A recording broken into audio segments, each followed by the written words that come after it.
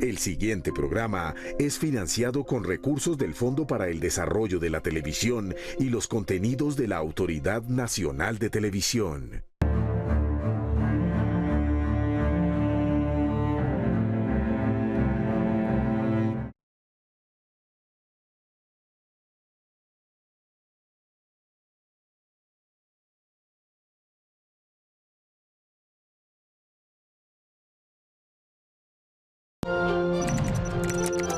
En representación de todos ellos, señor presidente, acudimos a este honorable Tribunal Internacional en busca de la verdad, la justicia y la reparación integral que en nuestro país nos fue imposible conseguir.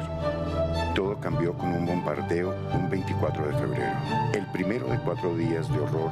Después de la cabeza, los brazos y una pierna. Jamás en mi comunidad había ocurrido una situación tan fea como esta o tan atroz. Es una lista de gente asesinada y por asesinar. Fernando, mataron a Horacio Cárdenas.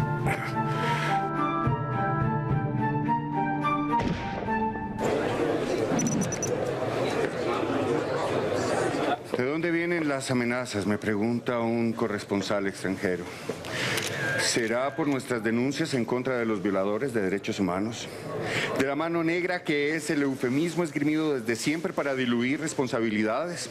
Lo que les puedo decir, señoras y señores, es que en lo corrido del año llevamos contabilizados más de 150 amenazas en contra de líderes sociales. Las amenazas en Colombia se materializan por un discurso oficial que sigue tachando de terrorista a los líderes y defensores de derechos humanos.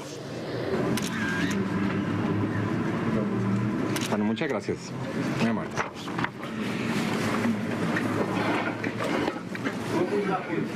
Bueno, muchas gracias a todos ustedes y a todas ustedes por estar aquí con nosotros. El Movimiento Nacional de Víctimas de Crímenes de Estado ha convocado para el día 6 de marzo un gran homenaje nacional a las víctimas de desplazamiento forzado, desaparición forzada, asesinatos de carácter extrajudicial o masivo que se han cometido en Colombia por parte de grupos paramilitares, agentes estatales y también en colaboración frecuente con los llamados parapolíticos. Esta demostración busca que se respeten realmente en Colombia los derechos de estas personas. No queremos que las personas desplazadas sigan siendo olvidadas y desconocidas, que las tierras que les son destinadas terminen siendo objeto de proyectos para las grandes compañías palmicultoras. Queremos que al fin aparezcan realmente los restos de las personas que han sido enterradas después de haber sido torturadas o descuartizadas en más de 3.500 masacres cometidas por los paramilitares. ¡Justicia! ¡Justicia! ¡Justicia! ¡Justicia!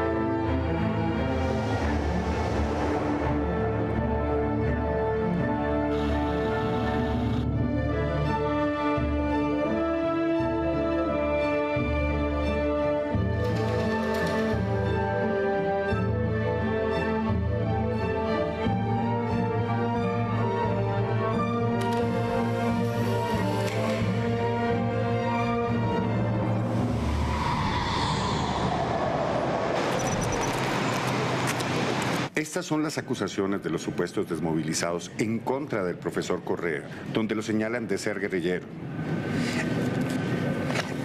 Hemos resaltado los párrafos idénticos con las mismas palabras, la misma sintaxis y las mismas frases que evidencian que estas falsas denuncias son el resultado de un montaje. Y esta es la lista escrita por agentes del DAS de las personas que Jorge 40 mandaba asesinar y que estaba en su computador. Esta es la prueba, a nuestro juicio, para imputar cargos por concierto para delinquir.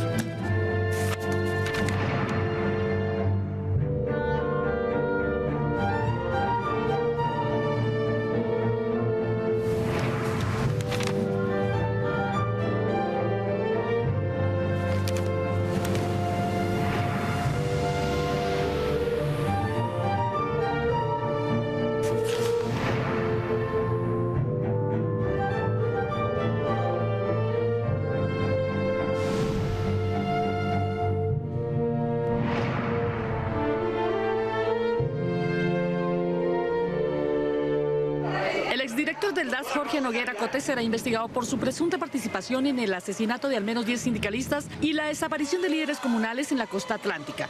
La Fiscalía General ya llamó a juicio a Noguera por concierto para delinquir agravado. Ahora ordenó práctica de pruebas para establecer si el exdirector del DAS participó en el asesinato de líderes sindicales como Adán Pacheco y el profesor y sociólogo de la Universidad del Atlántico, Alfredo Correa de Andrés. La Fiscalía tendrá en cuenta las declaraciones del exdirector de informática del DAS, Rafael García, quien dijo que había una carpeta con el nombre Información Amigos DAS, donde aparecían los nombres de sindicalistas que iban a ser sentenciados a muerte. Según los testimonios, el DAS allanaba las residencias de los sindicalistas y días después aparecían asesinados.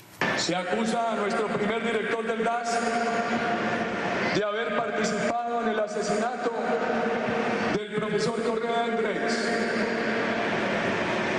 Yo me resisto a creerlo.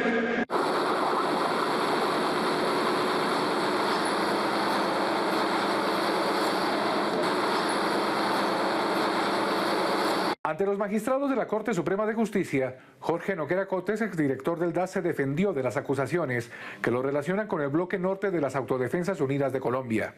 Se declaró inocente de los cargos en su contra formulados por la Fiscalía y calificó como falsas las denuncias hechas por el ex jefe de informática del DAS, Rafael García. Él está buscando beneficios por colaboración. Todo en el tema de García está allí. Él busca beneficios por colaboración. Él no está buscando realmente que se haga justicia. Dentro de los 7 delitos por los que la Fiscalía lo acusa ante la Corte, Noguera enfrenta juicio como coautor de homicidio agravado por el asesinato de 4 personas. La periodista Zuli Codina Pérez, el político Fernando Pichotti, el sindicalista Adán Pacheco y el profesor universitario Alfredo Correa de Andrés, todos asesinados por sicarios entre 2003 y 2005 durante la administración de Noguera al frente del DAS. Jorge Noguera dijo que era usual que esa entidad tuviera información sobre sindicalistas. Entonces sí habían anotaciones de inteligencia sobre las actividades de los sindicatos, de los miembros de los sindicatos, sobre... O sea, se le puede llamar anotaciones de inteligencia, pero con ese sentido, con ese contexto.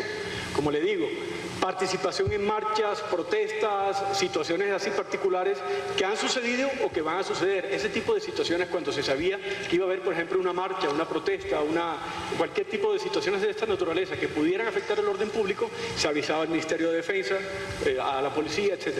Ante la pregunta de los magistrados sobre por qué en el DAS se encontraba un expediente completo sobre el profesor Alfredo Correa de Andrés, Noguera respondió: Que aparezca ese que usted me está poniendo de presente no me parece extraño, porque es un informe de 2006 y aparece información de 2004, de cuando fue asesinado, de los alias que en la investigación supuestamente el doctor Correa de Andrés tenía y de cómo fue asesinado, de sus señales particulares y ese tipo de cosas. Noguera también tendrá que responder en juicio porque supuestamente utilizó su cargo para hacer despidos injustificados, compartir y filtrar información de carácter reservado, borrar antecedentes judiciales de paramilitares e impedir operativos contra las autodefensas. Rafael García ha dicho en alguna de sus intervenciones en el proceso que usted filtró información a Hernán Giraldo.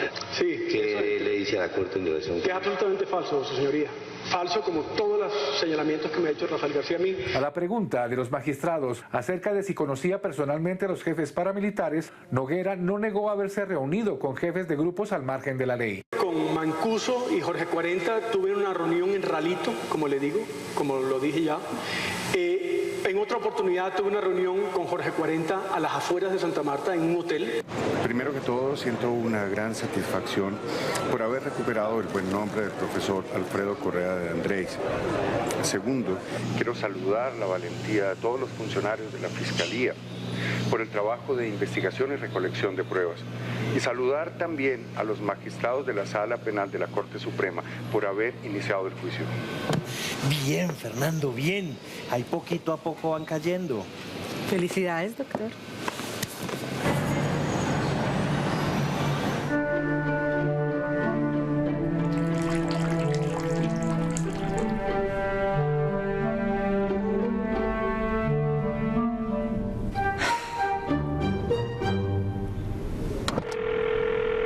Peralta. Mi mayor, buenas tardes. Pusimos todo lo que encontramos en el allanamiento a la casa del suboficial en la USB. ¿Y qué encontraron? Pues quieren acusar a su hermano de pertenecer a las FARC. ¿Qué? Lo llamo cuando llegue a la casa.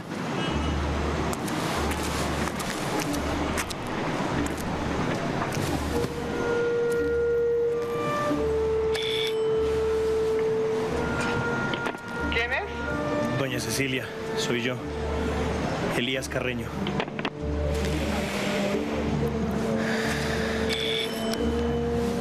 En esta casa no conocemos a ningún Elías Carreño.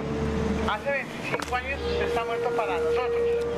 Mi nieta sabe que usted es un asesino, así que aléjense de ella.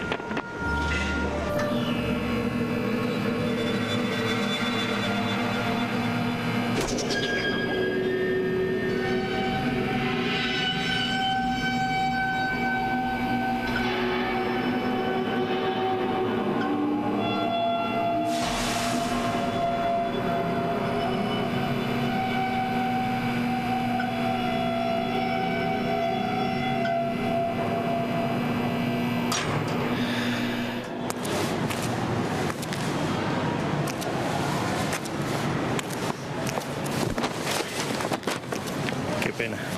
No se preocupe.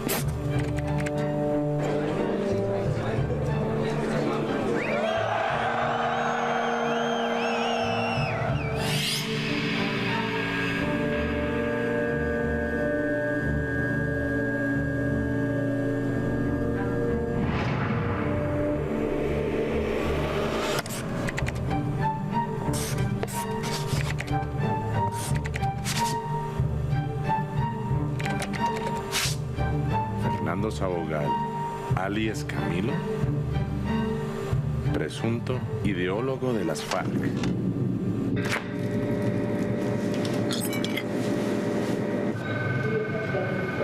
Lo comprometido que está el director del DAS en este momento, que Guaso está suelto, pero más allá de él, nadie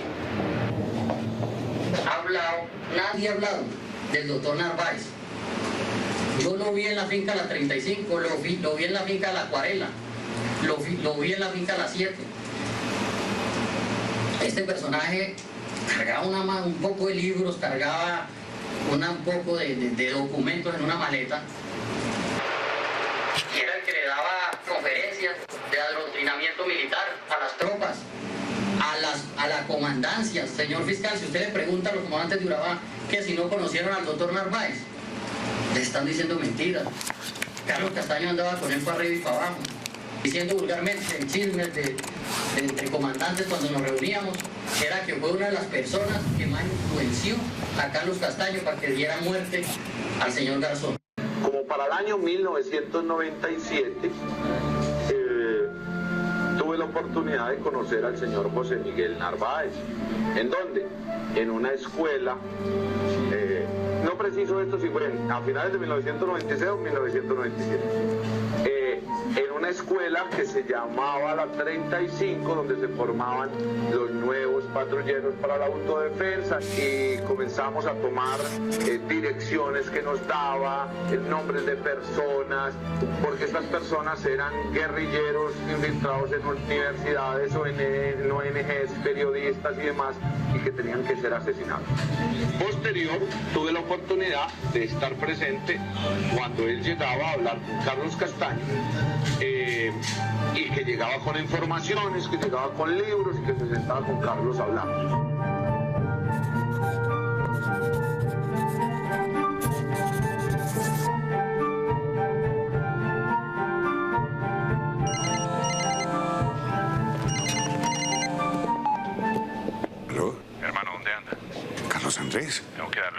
situación muy sensible, pero no personalmente. Creo que me están vigilando. ¿Qué pasó? Tranquilo, no se acelere. Póngame cuidado. Dentro de 1 hora voy a sacar la basura de la casa. Voy a dejar una cajita combo con restos de hamburguesa. Dentro hay una USB. Hablamos cuando lea los documentos. Ajá, muy bien.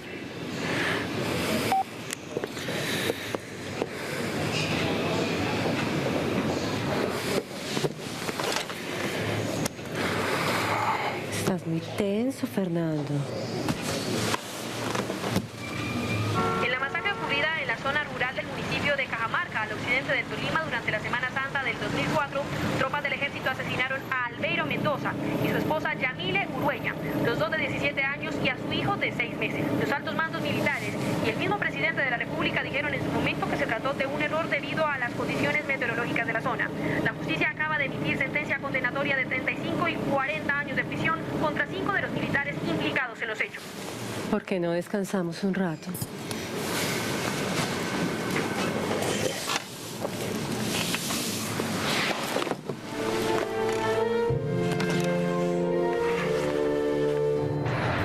En persona protegida, la Procuraduría destituyó e inhabilitó por 12 años al cabo y los 6 soldados que dieron muerte a 5 campesinos en Cajamarca el 10 de abril de 2004. Sí fue un error, pero fue un error involuntario. En su momento, el presidente y el entonces comandante de la Fuerza Militar, el general Carlos Alberto Ospina, viajaron a Cajamarca, se entrevistaron con los militares que participaron en el operativo, quienes explicaron lo que denominaron un error.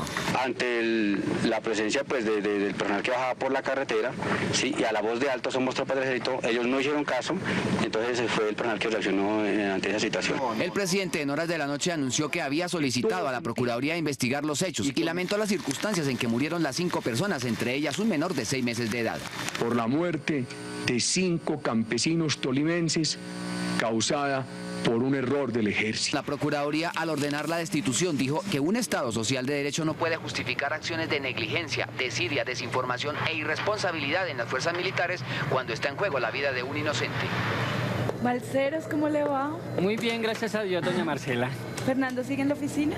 Sí, señora, ahí está como siempre. Gracias.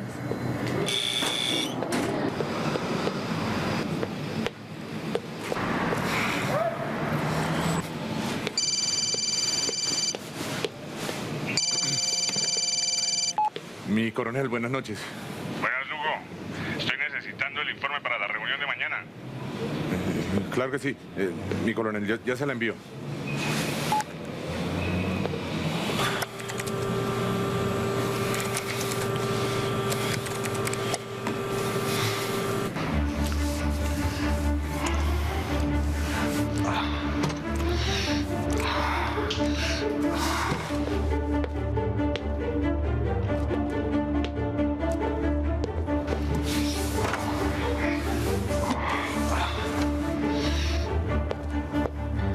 Balseros, mire, para que celebre con su esposa.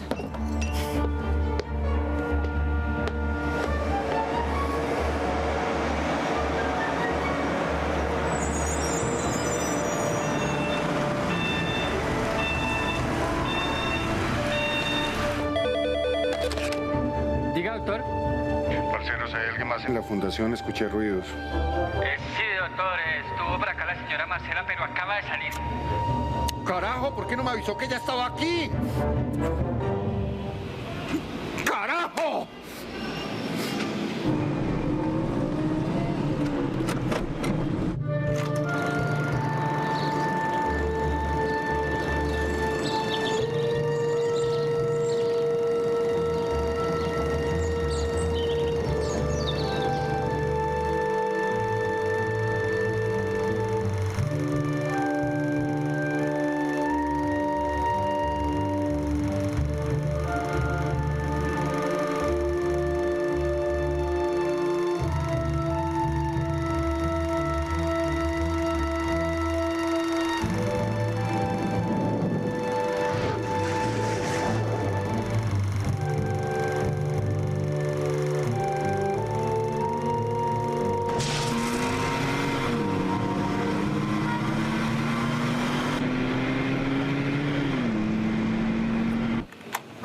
Marcela. Marcela.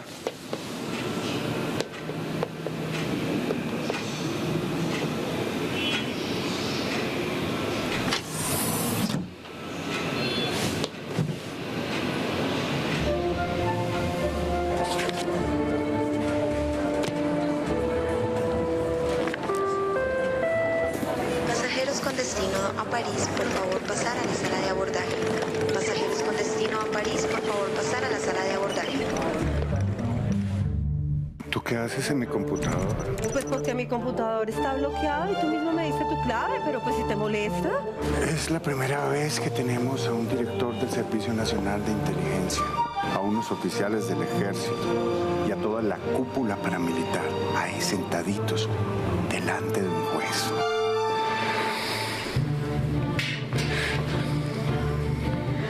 Uy, gustos caros, doctora. Juliana. Tengo que ir al baño, doctor. Siga usted, yo lo alcanzo. ¿Y no puede ir después? No, siga usted, yo lo alcanzo.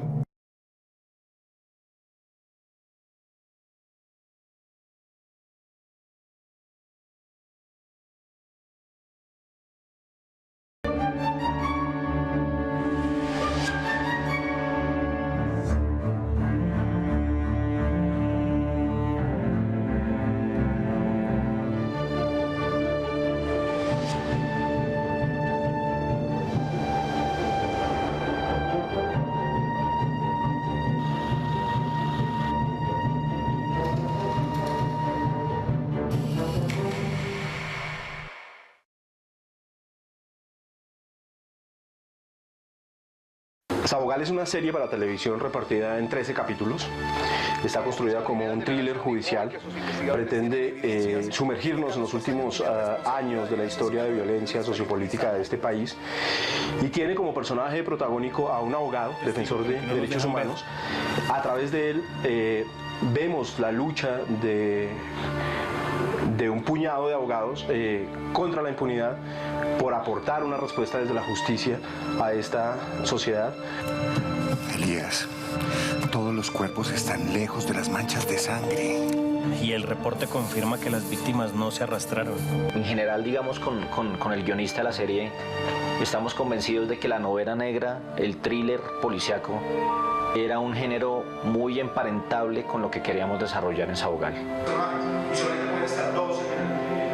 Poner al espectador frente a una imagen diferente a todo lo que ha visto antes en relación a la historia de su país, y pretendemos nosotros con esto llegarle a un público diferente también, a abrir un poco el espectro, contar una historia que nos pertenece, contar nuestra historia, pero pensando en otros públicos y en otros escenarios. ¿Eso qué referencias visuales trae? El cine negro. El cine negro francés, el cine negro gringo de los años 50. ¿Qué quiere decir eso? Claroscuro, blanco y negro. ¿Sí?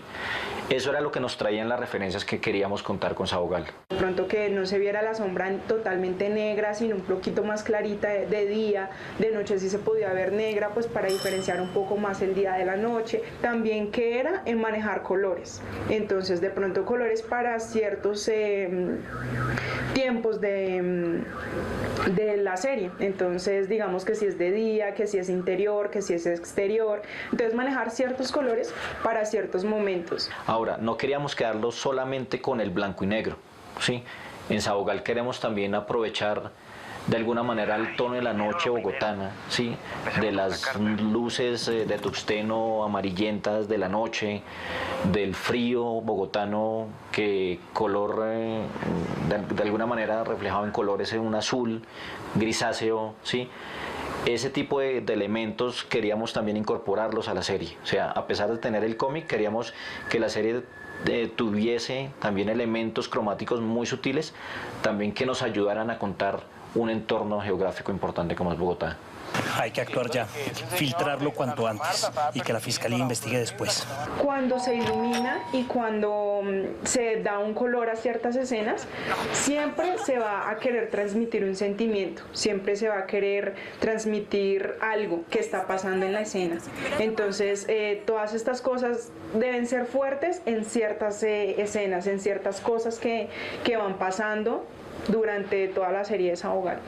Cuando por fin decidimos realmente que el look iba a ser muy estilo cómico, o sea, claroscuros, realmente ya de entrada nos planteó un reto.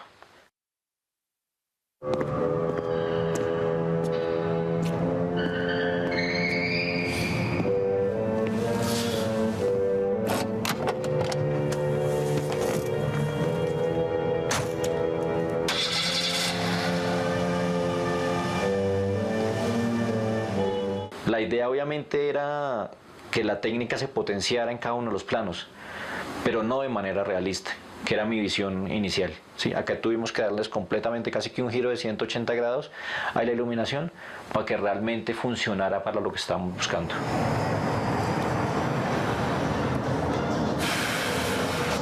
No sé si sea capaz, Elías.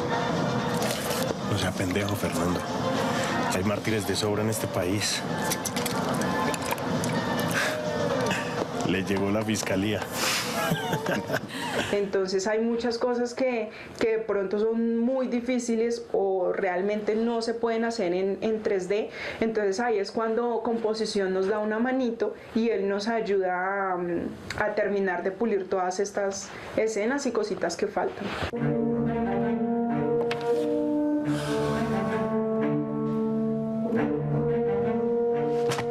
En general, técnicamente, es un trabajo de tomar las animaciones y pulirlas o tomar lo que ya está en 3D y ayudar un poquito a la iluminación, ayudar un poquito a mejorar algunas de los fondos, por ejemplo, agregar cielos, poner luces donde de pronto antes no había una, o atmósfera, neblina, lluvia, ya que Sabogal es una pieza que sucede mucho, especialmente en Bogotá.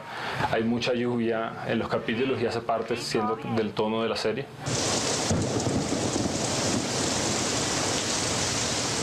Hay referentes puntuales, sobre todo en los últimos años, sobre el recurso de la animación para contar hechos violentos o dolorosos de la historia nacional de diferentes países. El ejemplo más evidente, y tal vez el primero, es el de Vaz con Bashir, documental israelí de hace como unos 5 años más o menos, que cuenta a través de la imagen de animación la participación de los soldados israelíes en la masacre de Sabra y Shatila durante la guerra con el Líbano a comienzos de los años 80. Últimamente vemos que hay una serie de propuestas en diferentes países que le apuntan a la imagen de animación para contar hechos violentos o dolorosos de la historia nacional.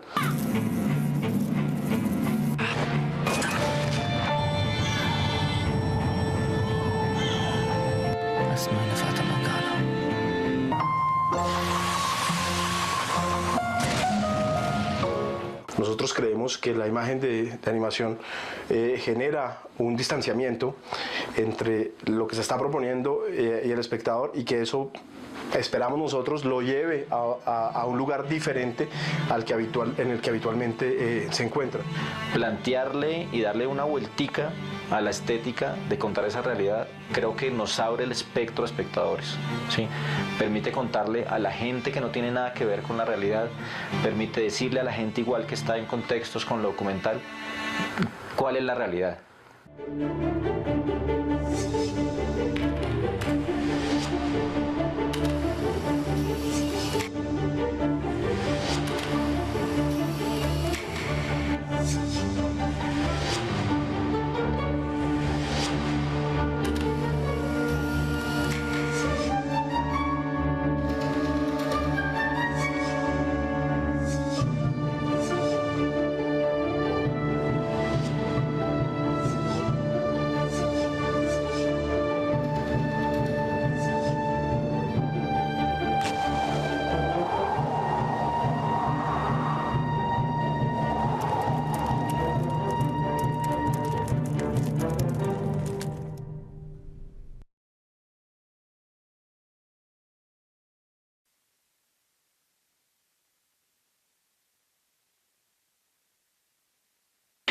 Entre junio del 2003 y marzo del 2006, que se desmovilizó, 548 personas fueron asesinadas por orden directa de alias Don Antonio. Por supuesto, ese es el periodo, del punto de vista de, dijéramos, la criminalidad en Barranquilla, más alto que hay, de asesinatos selectivos, de muertes, no solamente ya de lo que denominaban o mal denominan la limpieza social, sino ya eran asesinatos selectivos, reinsertados, dirigentes sindicales, las amenazas y demás.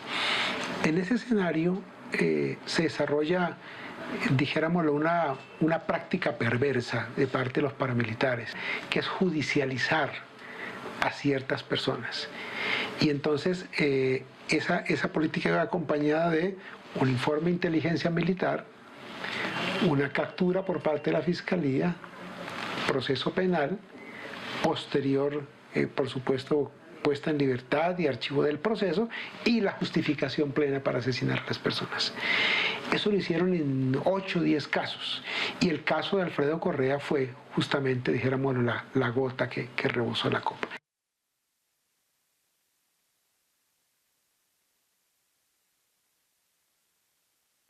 Cualquier día llega un anónimo al correo de Magda, la hermana de Alfredo, donde le dice que esta persona sabe realmente qué pasó con su hermano, y nos encontramos que esta es una persona que es abogado, el abogado de las autodefensas.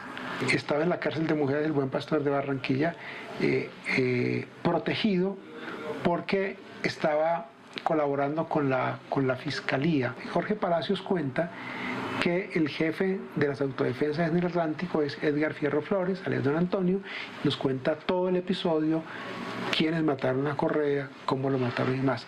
Ahí es donde comienza ya, dijéramos, a tomar rumbo el tema. La investigación nos lleva a un señor que había trabajado en el DAS, en el área informática, García Torres. Este señor venía ya entregando información importante en los procesos, yo no recuerdo el nombre, sé que era García Torres, o Rafael García Torres.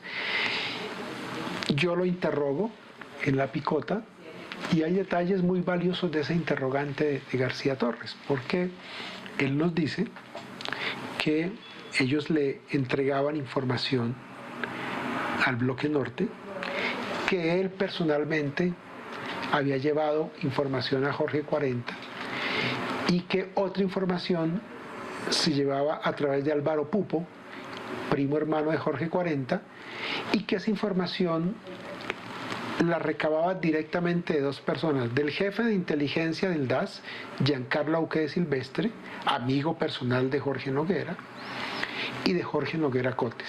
Salimos de esa diligencia inmediatamente a hacer una inspección al DAS, es decir, antes de que se supiera que él nos había contado eso, vamos al DAS y encontramos en los libros de registro que efectivamente Álvaro Pupo había ingresado por lo menos en 8 oportunidades durante ese proceso previo al asesinato de Alfredo Correa y a su detención. Y encontramos que efectivamente visitaba, según los libros, a Giancarlo Auque de Silvestre y visitaba a Jorge Noguera. Pero después, en el computador de don Antonio, encontramos una cosa que se llamaba carpeta Amigo DAS.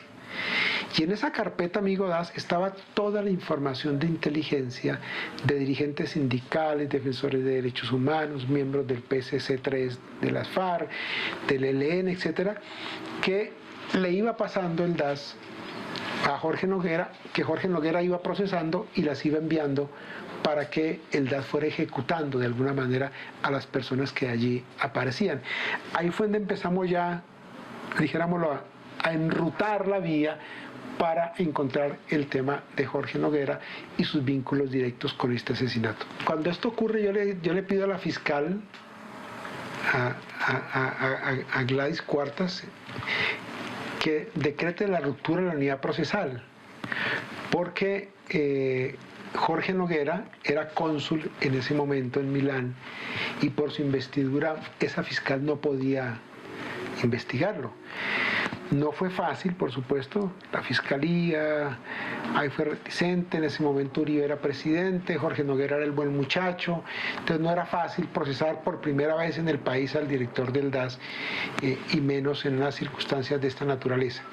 Logré finalmente que se decretara la ruptura de la unidad procesal y seguimos tramitando el caso en un fiscal delegado ante la Corte aquí en Bogotá.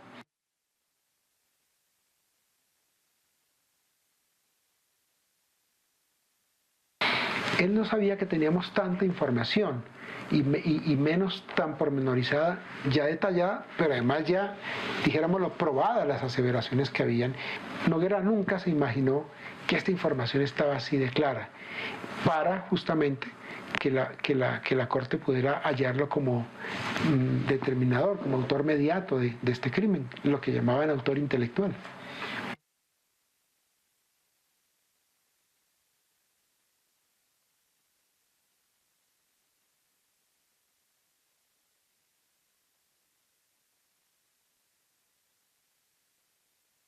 Yo creo que, no sé si con modestia o sin modestia, que es la decisión más importante que se ha tomado desde el punto de vista penal por parte de la Sala Penal de la Corte Suprema de Justicia en los últimos años. Y es muy importante por varias razones. En primer lugar, porque la Corte deja sentado que el DAS fue entregado por Uribe a los paramilitares al servicio de la SAUC. Eso es determinante. En segundo lugar, porque se logró establecer justamente los vínculos del organismo más importante de seguridad del país con los paramilitares. En tercer lugar, porque se demuestra que Jorge Noguera no era el buen muchacho del que hablaba el presidente Uribe de la época. Y en tercer lugar, porque se deja un precedente muy importante, y es que nadie puede estar por fuera de la ley. La ley le pisa los callos al que tenga que pisárselo y cae como debe caer sobre cualquier persona, por más encumbrado que sea su cargo. De tal suerte que para mí es un hecho trascendental en la vida jurídica del país, en la historia penal de decisiones de la Sala Penal de la Corte Suprema de Justicia. Me parece que es la decisión más importante, digo yo, por lo menos en los últimos 20 o 30 años.